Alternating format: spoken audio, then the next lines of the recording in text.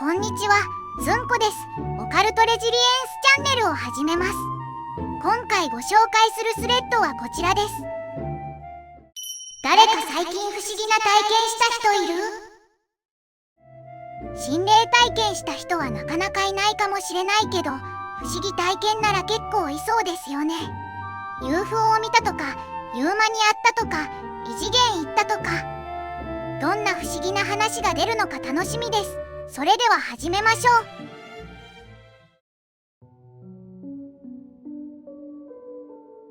じゃあ、昔の不思議な体験を話しますかね。私の故郷は、神の島と言われるところなんですが、そこには、龍神様がいるらしいです。私が3歳の頃、親と親戚が釣りに行ったそうです。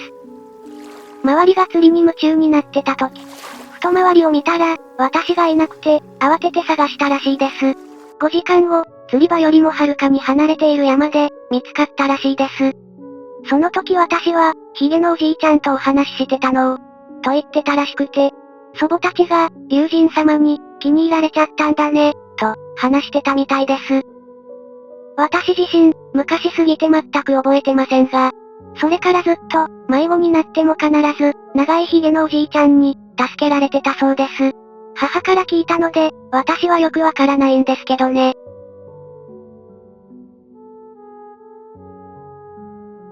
人が亡くなった時、太鼓の音が聞こえた人っていますか？と、言いますと？祖母の通夜の時、家の中でドーン、ドーン、ドーンと3つ、太鼓みたいな音が聞こえたんです。時間は昼間、祖母は、家の寝起きしていた部屋に寝かされていました。家族に聞いても知らない、聞こえなかった。なので聞こえてたのは、私だけのようです。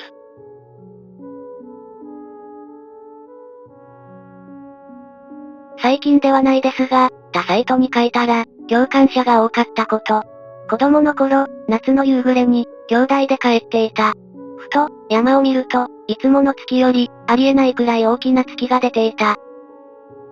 月がでかいね。本当だね、あんなの初めて見たかも。あれ、もしかしたら月じゃないかも？ UFO だ、UFO。なんて言いながら歩いたはずなのに、翌日にはみんな忘れてて、私しか覚えていなかった。そんな感じのものを見たのは、それっきりですか？あと、他サイトではどんなことを言われたんですか？他サイトで書いた時は、自分も似たような経験があるという人が、10人前後現れて、びっくりしました。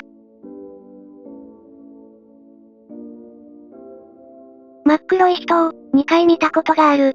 シャドーマンとか言われてるやつだと思う。実体はない。固形部分がないというか、抗生物質があるならば、影の要素でできてる。一度目は2008年。少し遠くにいて動いてた。歩いてた。確実に他に人はいない。二度目は去年。目の前にいたが、息遣いなど全くなく、微動だにせず、自分を覗き込んできた。なんとなくだけど、幽霊とかではないような気がした。なんとなく男？影っぽく透け感がある。暗い場所よりさらに暗い。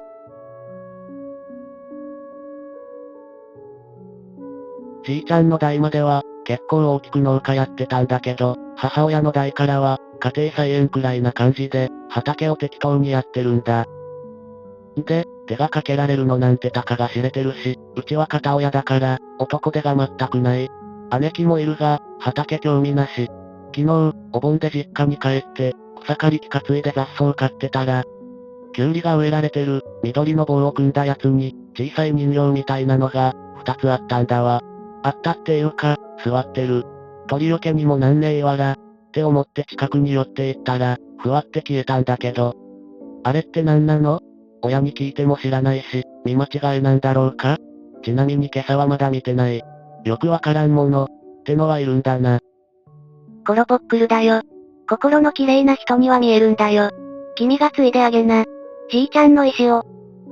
私も確かにそうじゃないかと考えたんですが、コロポックルって、アイヌの伝承でしたよね。実家って、どのあたりなんですか？地方だけでも教えていただけませんか？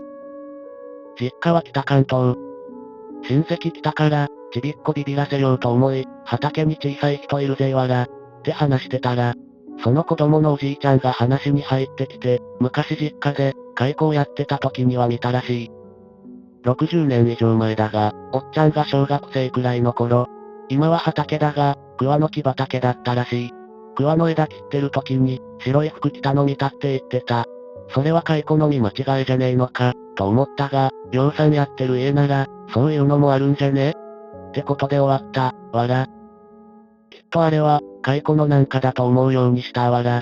おっちゃんも特に何もないって言ってるし、俺も何もない、わら。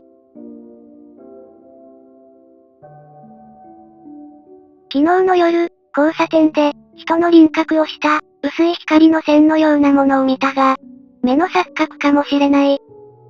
人のような形の光ではなく、人間の輪郭のような光だったんですか？そこで以前事故があったとか、そういったことはあるんですか？普通に歩いて横断歩道を渡ってました。信号守ってた。事故の話は聞いてませんね。ここ数年、お花とか備えられてるの見てませんし、かなり以前はどうか知りませんけど。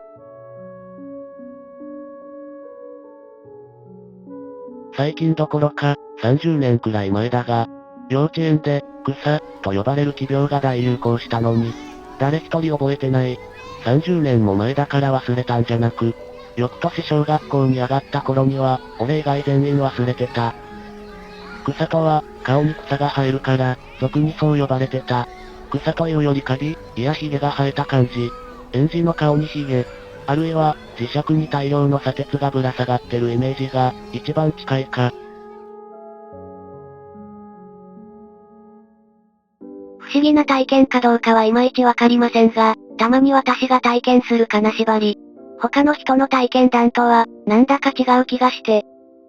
とにかく首から上を、頭が向いてる方向へ、すごい力で引っ張られるんです。頭をわしづかみにされて、引っ張られる感じ。とにかく苦しくて、うなり声を上げているのが自分でもわかるし、何か単語を喋っている感覚があったりするのですが、よく思い出せません。あと、いつもほとんど目を開くことができません。手足は割に動くので、必死に動かして抗えば、徐々に解放されます。その後はなかなか眠れません。抵抗せずに、そのまま引っ張られていたらどうなるのかは、少し気になっています。友人に話すと、疲れてんじゃないの？くらいの反応で。いや、本当に疲れてるだけならいいんですが、寝ている時までしんどい思いしたくないなぁ。一回どこかで、同じような話を聞いたことがあります。怖がらすような話ですみませんが、その話では、首吊りした人を持った何かが、その人の頭を引っ張っていたそうです。その人が住んでいる部屋では昔から、自殺する人が多かったらしいです。気をつけてください。ちょっとすれ違いだと思うけど、他に書き込んで良さそうなスレがなかったのでここに、冥婚の代理花嫁をやったこと。冥婚というと、死んだ人と結婚するというあれですか？詳しくお願いしたいです。初めて長文を書き込むので、読みにくかったらすみません。うちの一族には、同じ名字ばかりの集落で、すごい田舎に住んでます。たまに冥婚のようなものを行ってくれ、という話が持ち込まれます。死んだ方同士の結婚、もしくは、結婚をする約束したものの、片方が亡くなってしまったが、結婚式を挙げてくれ。こっちの方が多かったです、というやつでした。普通、冥婚というと、お寺で形式的に挙げるものみたいですが、詳しくなくてすみません。うちは、代理花嫁と花婿を使って、実際に式を行います。代理花嫁は、大抵本家か本家に近い分家の、跡取り以外の娘から選ばれるらしいです。お相手の代理花婿は、親戚の若い男の子だったり、村の若者だったりしました。もちろん、相手だけ本物の時もありました。私が代理で行ったのは、ほとんど仏前式でした。お坊さんが、依頼された方たちの名前を呼ぶ以外は、普通の結婚式と同じような感じです。三々駆動して、杯でお酒を飲んでいる時に、花婿さんをちらっと見たら、花嫁さんは事故で亡くなられた。静かに泣きながら飲んでいたのが、印象に残っています。また教会ではないので、人前式風ですが、依頼されればウェディングドレスでもやりました。いつもはそれ用の衣装でしたが、このドレスは持ち込みでした。なぜか旅行の時は、近しい親戚のおじさんなんかが、代わりに婿役をやってました。式が終わると、花婿とは何の関係もなくなります。式について話すこともほとんどしません。特筆すべきことがなくて申し訳ありませんが、こんな感じです。私は霊感がないので、式の最中に特に何かを感じたこともないです。ただ毎回感じたことは、私の役目は、花嫁さんを満足させることなんだ、ということでした。一番印象に残っているのは、お色直しのドレスが持ち込まれて、写真撮影をしてくれ、という依頼です。何でもドレスを取っておいたら、何か触りがあったとか。亡くなられた花嫁さんが、ずっと、そのドレスを着て写真を撮るのを、楽しみにしていたんだそうです。花婿さんは、生きているそうですが来ておらず、花嫁さんの親族のご依頼でした。代理花婿は、村で見たことがない、日に焼けた、結構かっこいい男の子でしたが、私より年下、10代ぽくて、驚いたのを覚えています。私が着たドレスは人魚っぽい感じのデザインでした。依頼者の方がちゃんと、プロのカメラマンを呼んで撮影しましたが、祖父の指示で、フィルムは抜いて撮影しました。カメラマンさんの指示で、これも花嫁さんの夢だったんだとか。ちょっとですが秋口の季節に、その格好で、相手の男の子と池に入って、キャッキャした感じを撮影したので、寒かったです。なんでこんなことしてるんだろう、と思いましたが、依頼主の方たちにとても感謝されたので、いいことをしたのだなぁ、と思いました。今は、私はもう集落を出ているし、出ても依頼のために呼び戻されることもあります。代理花嫁の役は回ってきませんが、ポツポツと依頼は来ていると、風の噂に聞きます。いかがでしたか？不思議体験ってもっとライトな体験なような、 UFO って綺麗だね、とか、土の子って可愛いね、とか、オカルト好きを自称している身としては、認識を改める良い機会でした。今回の動画はここまでとします。次回の動画でまたお会いしましょう。最後までご視聴いただき、ありがとうございました。